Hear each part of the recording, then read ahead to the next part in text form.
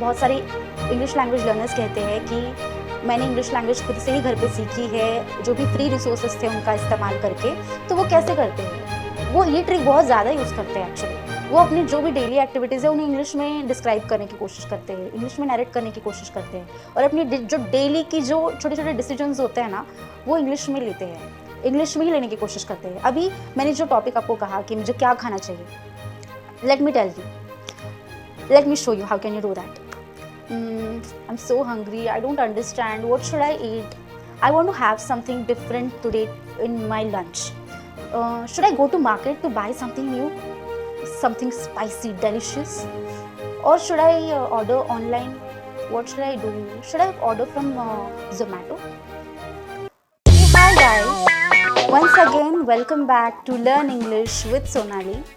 For those who are new here, I am Sonali, and here I provide you tips to improve your fluency of English language, and that too free. And for learning new things and for improving your English language fluency, you can subscribe my YouTube channel and hit the bell icon so that you can receive latest videos. So guys, without any further delay, let's get started with our today's topic.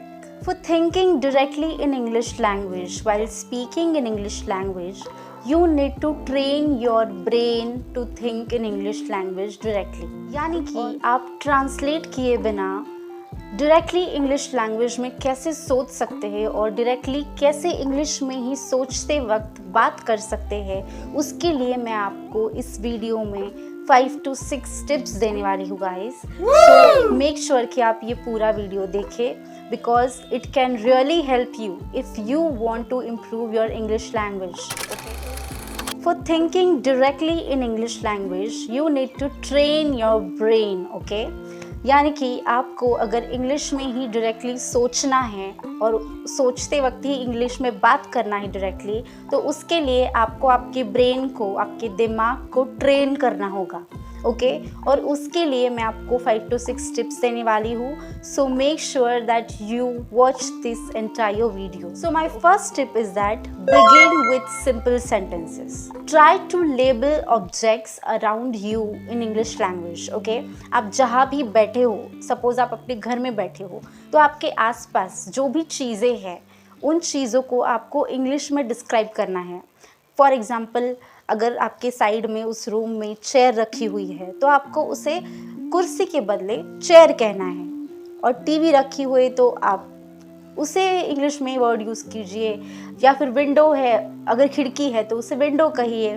तो आपके room में, आपके घर में, आप जहाँ भी बैठे हो वहाँ पे आपके आसपास जो भी चीज़ें हैं उसे आप इंग्लिश में डिस्क्राइब करने की कोशिश कीजिए कि उसे इंग्लिश में क्या कहते हैं। Okay, instead of translating from your native language to English language, you should try to label those objects directly in English language. यानी कि आपकी जो भी नेटिव लैंग्वेज है उसमें सोचकर फिर हिंदी में, फिर इंग्लिश में उसे क्या कहते हैं वो सोचकर आप उसे इंग्लिश में कहेंगे। ऐसे ट्रांसलेट मत कीजिए, आप डायरेक्टली उन ऑब्जेक्ट्स को इंग्लिश में ही डिस्क्राइब कीजिए। फॉर एग्जांपल, अगर आप कोई एक्टिविटी कर रहे हो, यानी कि आप स्टडी कर रहे हो या फिर आप कुकिंग कर रहे हो, तो आप जो भी कर रहे हो उसे डिस्क्राइब करने की कोशिश कीजिए इंग्लिश में। इसी तरह से डेली लाइफ में आप जो रूटीन, जो आपकी एक्टिविटीज़ होती है उसके साथ साथ आप इंग्लिश में प्रैक्टिस करोगे तो आपको बहुत हेल्प होगा कि आपके दिमाग को वो आदत पड़ जाएगी कि जो भी चीज़ें आपके आसपास रखी है उसे अगर आप इंग्लिश में डिस्क्राइब करोगे तो आप डायरेक्टली इंग्लिश में ही आप डायरेक्टली इंग्लिश में ही सोचोगे। ओके, तो इंग्लिश में ही सोचने की कोशिश करनी है आपको। तो इसी तरीके से try to make simple sentences. Okay, आपको सिंपल चीज़ों से, सिंपल सेंटेंसेस से शुरुआत करनी है। So second tip is that describe your day in English language. That is narrate your daily activities in English language. आप जो भी एक्टिविटीज़ कर रहे हो, यानी कि आप जो भी रोज़ की आपकी एक्टिविटीज़ करने के लिए प्लान कर रहे हो वो आपको इंग्लिश में बोलनी है। So for example, you are making your to do list, okay, कि आपको दिन में क्या करना है, आप ये प्लानिंग कर रहे हो। तो उसके लिए आप इंग्लिश में सिंपल सिंपल सेंटेंसेस बनाओ कि initially I am going to do this activity, then I will go to market for buying this things, then I will study for this 2 to 3 hours, then I will help my mother in household things for 10 to 15 minutes or 30 minutes, then I will watch movie, then I will listen these things, then I will listen podcast, then I will watch news in English language. Any kind of your daily routine activities you can describe or narrate in English language. Try to do this, and this habit can help you to think directly in English language naturally, and you need not to switch back to your native language. And my third tip is that use English for internal monologue. तो अब इसका क्या मतलब है वो मैं आपको बताती हूँ।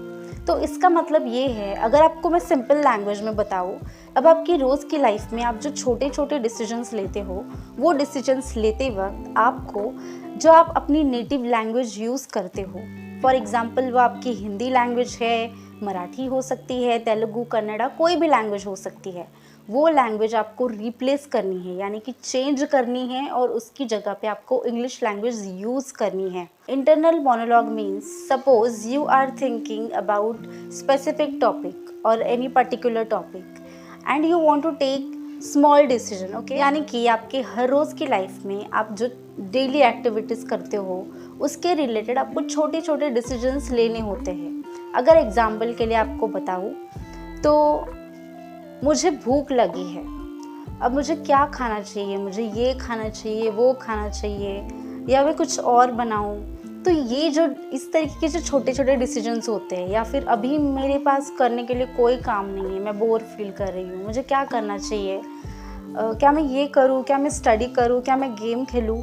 तो इस तरीके के जो छोटे छोटे डिसीजंस होते हैं जो हमारी डेली लाइफ में हम लेते हैं, तो वो जो डिसीजंस लेते हैं, वो जो एक्टिविटीज़ हम प्लान कर रहे होते हैं डेली रूटीन के लिए, दिन भर के लिए, वो अगर हम इंग्लिश में करें तो सोचा है आपने, इसमें अगर हम इंग्लिश में बात करने की कोशिश करेंगे, इंग्लिश में ही हम प्लानिंग करेंगे, छोटे छोटे डिसीजंस जो है वो इंग्लिश में लेंगे, इस तरीके से अगर हम अपने ब्रेन को ट्रेन करेंगे तो ही वो इंग्लिश लैंग्वेज में डायरेक्टली नेचुरली सोचना शुरू करेगा।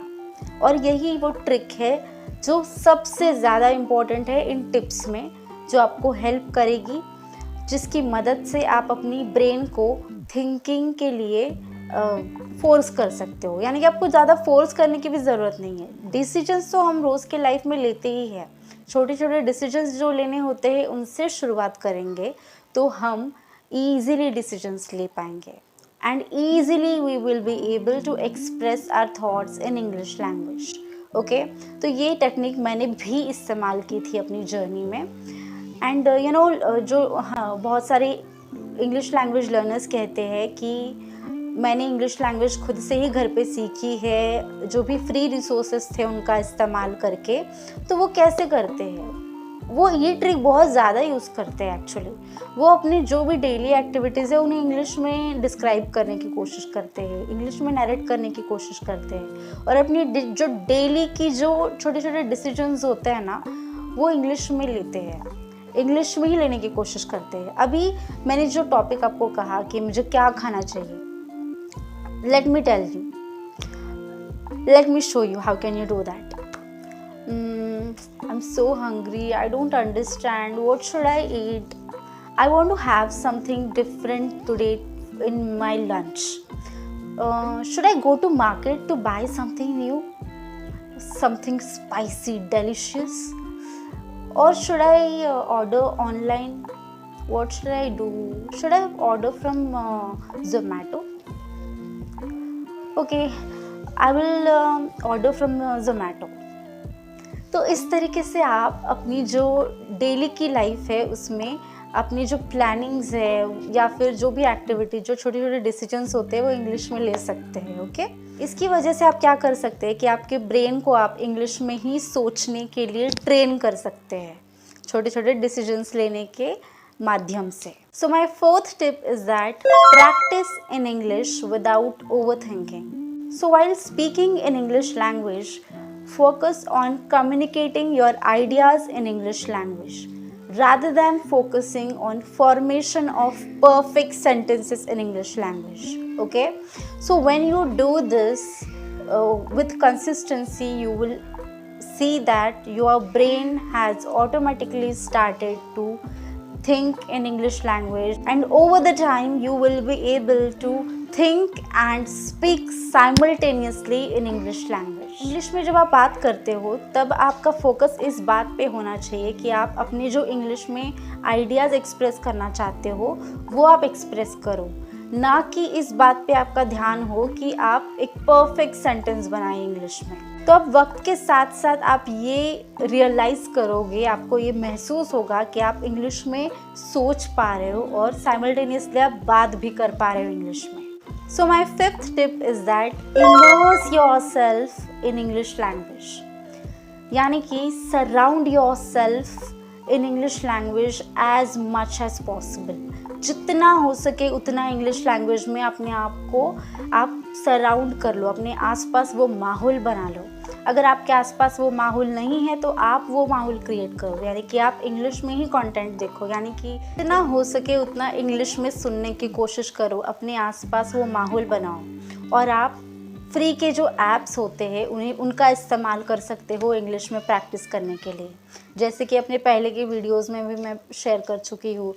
आप गूगल असिस्टेंट जो है उसका इस्तेमाल कर सकते हैं, या फिर चैट जीपीटी का इस्तेमाल कर सकते हैं, इंग्लिश टॉक का इस्तेमाल कर सकते हैं। तो इस तरीके से आप जो फ्री ऐप्स है उनका इस्तेमाल करके इंग्लिश में प्रैक्टिस भी कर सकते हैं। तो अगर आपके आसपास वो माहौल नहीं है इंग्लिश लैंग्वेज सीखने का, तो वो माहौल क्रिएट करना आपकी जिम्मेदारी बनती है for you. So my sixth tip is that use English to English dictionary. When you encounter new words in English language, look them up in English to English dictionary. यानी कि आप जब भी कोई वर्ड्स देखते हो, सुनते हो इंग्लिश में, तो आपको वो word English to English dictionary में सर्च करना है, जिसकी वजह से आप इंग्लिश का जो वर्ड है उसका मीनिंग भी इंग्लिश में ही समझ सके। Without relying on the translation, you can directly understand the meaning of English language. Okay? तो इसी तरीके से आप जो भी नए वर्ड्स सीख रहे हो वो आपको इंग्लिश टू इंग्लिश डिक्शनरी में सर्च करने हैं। इससे क्या होगा कि आप ट्रांसलेशन, ये जो बीच का जो बैरियर है उसे आप हटा सकते हैं, आप डायरेक्टली इंग्लिश लैंग्वेज में समझने की कोशिश कर सकते हैं। So guys, these are 6 tips which I wanted to share with you. Okay?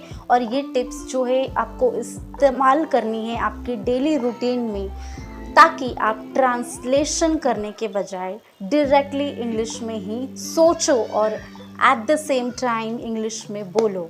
Okay? So guys, English में आप किसी भी लैंग्वेज में सोच रहे हो, बोल रहे हो, वो एक नेचुरल प्रोसेस है। ओके? नेचुरली ये विद द फ्लो इम्प्रूव होती है चीज़ें। So you need to give some time to you to inculcate these habits बहुत बड़ा रोल प्ले करती है guys.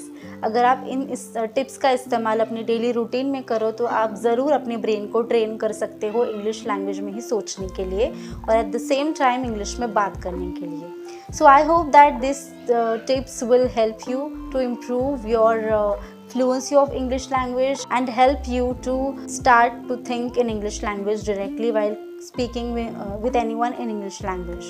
So guys, if you like this video, then please like, share and subscribe if you are new on my YouTube channel. So let's meet in a next video with a new topic. Until then, bye bye.